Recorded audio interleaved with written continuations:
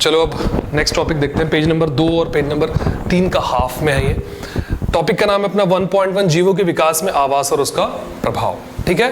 और page number 3 का half तक है, एक बार रीड कर लेना वीडियो को पॉज करके, ठीक है। हाँ चलो देखते हैं अब किसी जीव के विकास में उसके आवास का क्या प्रभाव रहता है। देखते हैं किसी भी जीव का आवास जो होता है वो 3 चीजों से मिलकर बना है। बुक में दिया है, उसको मैंने प्रॉपर बस एक इमेज बना दिया हूँ। भोजन, फूड, ठीक है, प्रजनन, रिप्रोडक्शन और देन सुरक्षा, सिक्योरिटी। अगर ये 3 चीजें मिलती रही तो उस जीव का आवास पूरा होता है और फिर उसका विकास होता है, उसकी जनसंख्या बढ़ती है, ठीक है। अच्छे से जीव का विकास हो पाता है। अगर इन 3 फैक्टर में से अगर एक भी फैक्टर मिसिंग हो, या तो उसको अगर फूड नहीं मिल पाया, या फिर लोग प्रजनन करके अपनी संख्या नहीं बढ़ा पाए, या फिर उनको सिक्योरिटी नहीं मिल पाई, तो वो जीव विलुप्त हो जाते हैं। क्लियर है ना, सिंपल सी बात है। ये चीज़ अगर ना मिले तो कोई सा भी जीव विलुप्त हो जाएगा।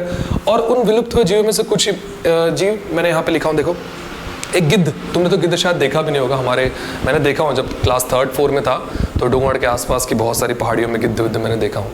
आज से 20-25 साल पहले की बात है ना। सोन चिरैया मैंने नहीं देखा हूँ, टू बी वेरी ऑनेस्ट मैंने नहीं देखा हूँ ना। बाघ तो तुमको पता है, ये बाघ, और वैसे क्या हॉक मतलब बाज। ये सभी जीव धीरे धीरे करके कम होते जा रहे हैं। क्यों? क्योंकि उन्हें 3 चीजें नहीं मिल पा रही। कौन सी? क्या था?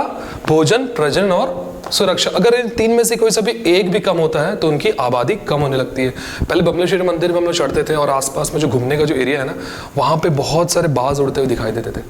पर अब क्या है, जंगल धीरे धीरे करके कम होते जा रहे हैं। उनको या तो फूड नहीं मिल पाता, या तो वो लोग रिप्रोडक्शन नहीं कर पाते, या फिर उनको सिक्योरिटी नहीं मिल पाती। इसी कारण जीव क्या हो रहे हैं, धीरे धीरे विलुप्त होते जा रहे हैं। और वैसे ही अगर इसका उल्टा हो, मतलब कि उनको भोजन, आवास और प्रजनन उनको मिलेगा, ठीक है, भोजन, प्रजनन, सुरक्षा उनको अगर मिलेगी, तो क्या होगी, जीव की संख्या अत्यधिक बढ़ने लगेगी, जैसे कि इंसान, ठीक है। देखो एक इमेज मैंने डाउनलोड किया, गूगल किया था मैंने।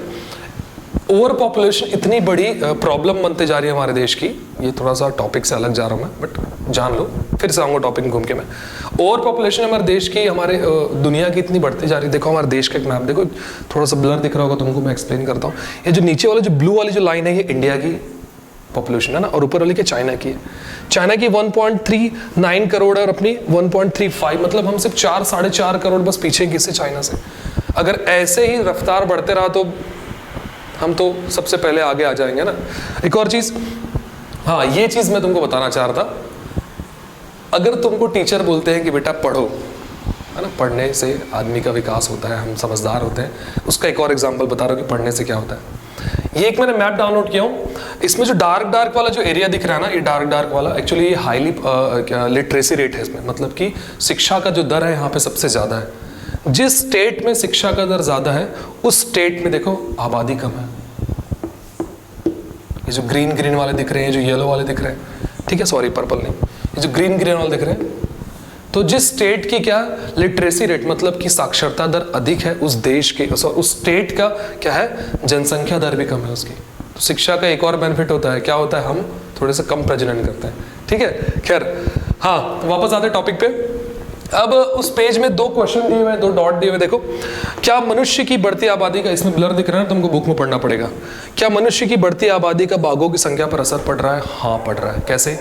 मनुष्य की 2 मुख्य इंडस्ट्री, पहले इंडस्ट्री क्या है, टिम्बर इंडस्ट्री, मतलब कि जो लकड़ी वाली जो इंडस्ट्री होती है, जिससे बनते हैं ईंधन, कोयला, फर्नीचर, ये सब चीज़ों के लिए, जो पेपर्स के लिए जो काटा जाता है जंगलों को, ठीक है। और दूसरी चीज़ क्या, माइनिंग इंडस्ट्री, जो खनन, जो खुदाईपन करते हैं ना, उसके कारण क्या हो रहा है, डिफॉरेस्टेशन क्रिएट हो रहा है। डिफॉरेस्टेशन मतलब कि देखो पेड़ पूरे कम होते जा रहे हैं।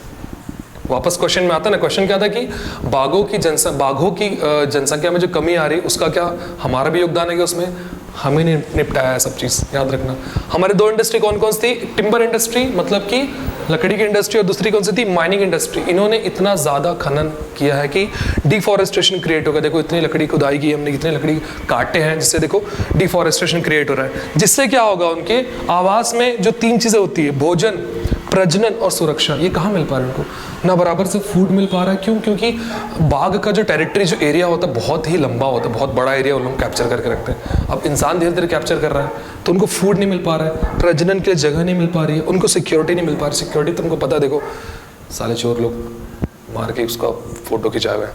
खैर, तो भोजन, प्रजनन और सुरक्षा नहीं मिल पा रही है। क्या लिखोगे आंसर, तुम लोग क्या बोलेंगे इसका आंसर, कि इंसानों की बढ़ती आबादी के कारण, हमने जो माइनिंग इंडस्ट्री और हमारे टिम्बर इंडस्ट्री के कारण क्या हो रहा है, बाघों को भोजन प्रजनन सुरक्षा की कमी हो रही है, जिससे उनकी जनसंख्या कम हो रही है, ठीक है ना। उसके बाद दूसरा क्वेश्चन इसी में, यदि किसी जीव की जनसंख्या अत्यधिक वृद्धि होगी तो क्या होगा, जैसे कि हमारी जनसंख्या, अगर इंसानों की जनसंख्या बहुत ज़्यादा बढ़ी तो क्या होगा, क्या होगा। इसका ना पेज नंबर 3 के ऊपर में जो आंसर था, पेज नंबर 3 के ऊपर का जो पैराग्राफ था मुझे बहुत अच्छा लगा। वैज्ञानिकों का मानना है कि जनसंख्या में अनियंत्रित रूप से बढ़ोतरी होगी तो खाद्य संसाधन पर्याप्त नहीं होंगे।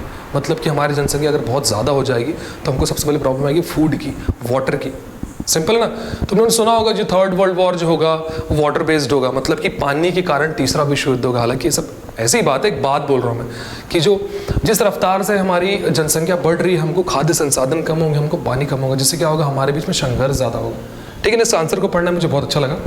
ठीक, अब इसी पेज नंबर 3 में एक और 3 और क्वेश्चन दिए हुए। एक क्या था, क्या जो जीव बच जाते हैं उनमें कुछ विशेषताएं होती है। हाँ, जो जीव बच जाते हैं वो ताकतवर होते हैं, पहली बात। दूसरी बात क्या, उनके जीने की क्षमता बहुत अधिक होती है ना, तभी तो बचते हैं वो जीव। नेक्स्ट, क्या जीवों पर प्रकृति का कोई प्रभाव पड़ता है। प्रकृति से ही बने हैं हम लोग। देखो इसके लिए एक छोटी सी मैंने स्लाइड बनाऊं। प्रकृति जो नेचर होता है वो 2 चीजों से मिलकर बना होता है। पहला चीज अजैविक घटक, दूसरा जैविक घटक। अजैविक मतलब नॉन लिविंग थिंग्स, मतलब जो नहीं, मतलब जिसको आप जिंदा नहीं मान सकते, जैसे कि प्रकाश, वर्षा, तापमान, आर्द्रता, जल, ये सब अजैविक घटक है। जैविक घटक क्या है, पौधे, प्राणी, मानव, जंतु, परजीवी, सूक्ष्मजीवी और अपघटक को भी हम क्या माने, जैविक घटक माने। अब जीवों का प्रकृति पर क्या प्रभाव पड़ता है, प्रकृति से ही जीव बने। अगर इस प्रकृति के दोनों घटकों में से एक भी घटक अगर मिसिंग हो जाए, देखो सोच लो कितनी इंपॉर्टेंट चीजें लिखा हूं मैंने, प्रकाश, वर्षा, तापमान, या फिर पौधे, जंतु, परजीवी, सूक्ष्मजीवी, अपघटक, इनमें से अगर एक भी मिसिंग हो जाए, अगर प्रकृति थोड़ी सी अनबैलेंस हो जाएगी तो जीव मर जाएंगे, हम जीवित नहीं रह पाएंगे। ठीक है ना, तो बाकी का तुम लोग रीड कर लेना, ठीक है। और किसी को दिक्कत होगी तो कमेंट बॉक्स में कमेंट तो तुम लोग करते हो। नेक्स्ट वीडियो में थोड़े जल्दी लाऊंगा ना, अभी कुछ काम में बिजी था इसलिए थोड़ा सा लेट हो रहा है। ठीक है, तो थैंक यू।